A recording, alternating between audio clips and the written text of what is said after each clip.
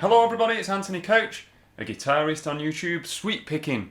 People like and want to do sweep picking. It tends to go hand in hand with the neoclassical world of music. Doesn't always have to. Players like Yngwie Malmsteen, Michael Romero and all those other players can be used in loads of other different genres, but today I want to have a look at it in this context of neoclassical shred. But before we get on to that, I want to know in the comments down below, you know, I've been talking about these big names in the heavy metal shred world. I want to know from you some of the unsung heroes down in the comments. I want to have a listen to them. There might even be a video coming up soon where I will have a listen to your suggestions. So give me a massive list down there. So have a listen to this quick blast of neoclassical sweep picking nonsense.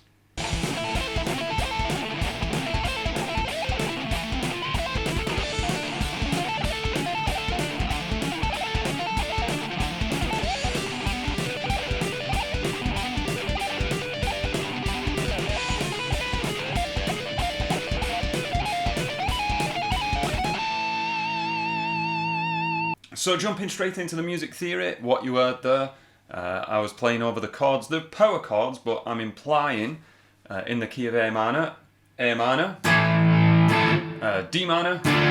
a G major, and then with this chord, a G sharp diminished chord as a leading chord back to this thing.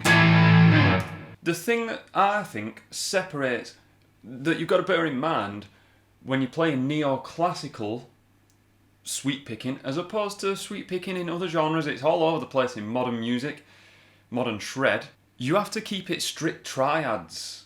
That's what was going on in classical music, as I understand it. I might be wrong, but this is my thought on it. If you want to get that neoclassical sound, then just stick with the root third and fifth. What am I even going on about there? Well, the first shape that I played in this thing was this.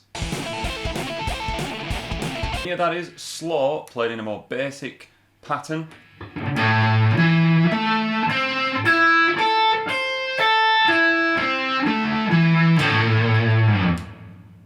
It's an A minor sweep, 6-string sweep. It's a tough one to do.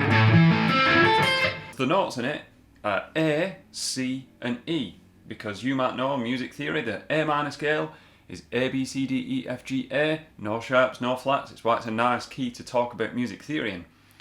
Jump over, harmonise, A, C, E. Now of course I've got 6 strings, I played 6 different notes. All I did was jumble those notes up, so I played a higher version of the same notes. So we actually end up playing A, C, E, A. So there's the notes A, C, E, but they're jumbled up. Later though, you heard me do this over the same chord. Get creative with just those 3 notes, because it brings us into the world of inversions. So you can jumble the notes up as we did with that 6-string version, but all I did there for that one was, which is the exact same notes. Here's the pattern slow.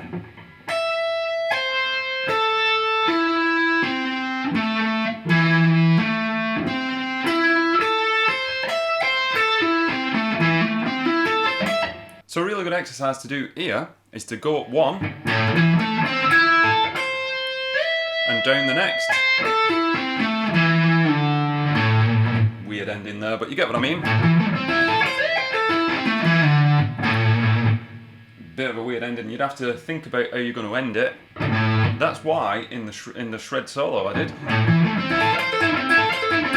did some of those just to buy myself a bit of thinking time to sweep up to that next shape. Or whatever it was I played. Okay, the next shape I did was this.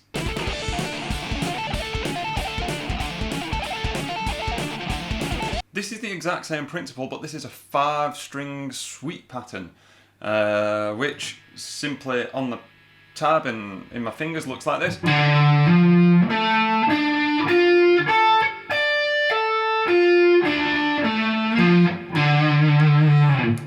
And when you get really confident with that, you want to vary the rhythms as well. That's what you will have heard me do in that shred thing that I just did. I didn't just go up and down. I did a few little... Oh. Just a few little repetitions of mini 3-string sweeps. What came next? Well, this thing.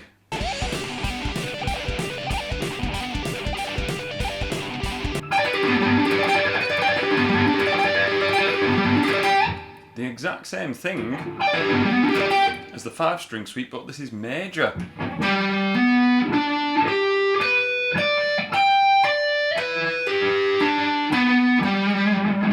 Got to be careful with that finger, not to let the notes bleed into one another.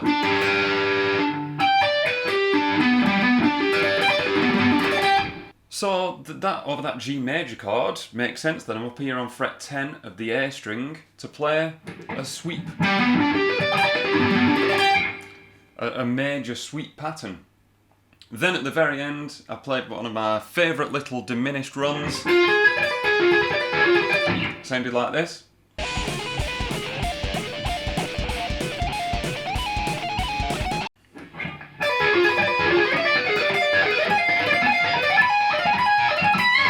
And here is that slow.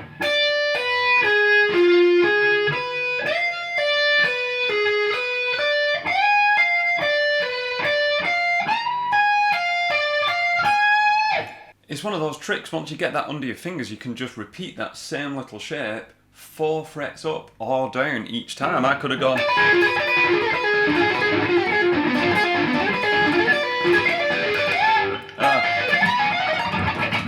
and beyond into the realms of intense shredness. But I didn't. I just ended it there because I knew that would be the ending there. A. So what really am I getting into here? Number one, keep the arpeggio shapes simple. Simply root 3rd, 5th. When you add 7ths and stuff like that, 9ths and 11ths, it sounds a bit too modern for me, I think. Try it. Maybe a dominant 7th, definitely a diminished 7th, but dominant 7ths definitely got that classical edge, so you can play root 3rd, 5th, flattened 7th as a dominant shape on your 5 chords. Secondly, vary the shapes, vary the sound, the rhythm. That's the word I'm after, the rhythm of the patterns, so you're not just going up and down. So for that one up here, you can hear. Use inversions. Think of the notes in your chord, but put them in a different order on the neck, because then you can use some slides, you could do some taps, you could do bends, you can do all the creative stuff once you've worked out where all those inversions are.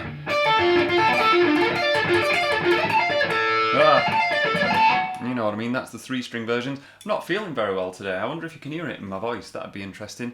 I'm fine, I'll be okay, but definitely my voice is definitely gone by now, so trying my best today. Thank you very much for watching, and don't forget to let me know down there who are some hidden gems in the world of guitar. I'm really interested to know, because there might be a video coming up in the future all about that kind of stuff. Anyway, I'm going to just play an A minor chord because I'm feeling a bit under the weather. While the things pop up, I usually do a bit of stupid stuff here, but can't be bothered, so there we go. Thank you very much for watching. I've been Anthony Couch. Feeling very sad. Sorry for himself.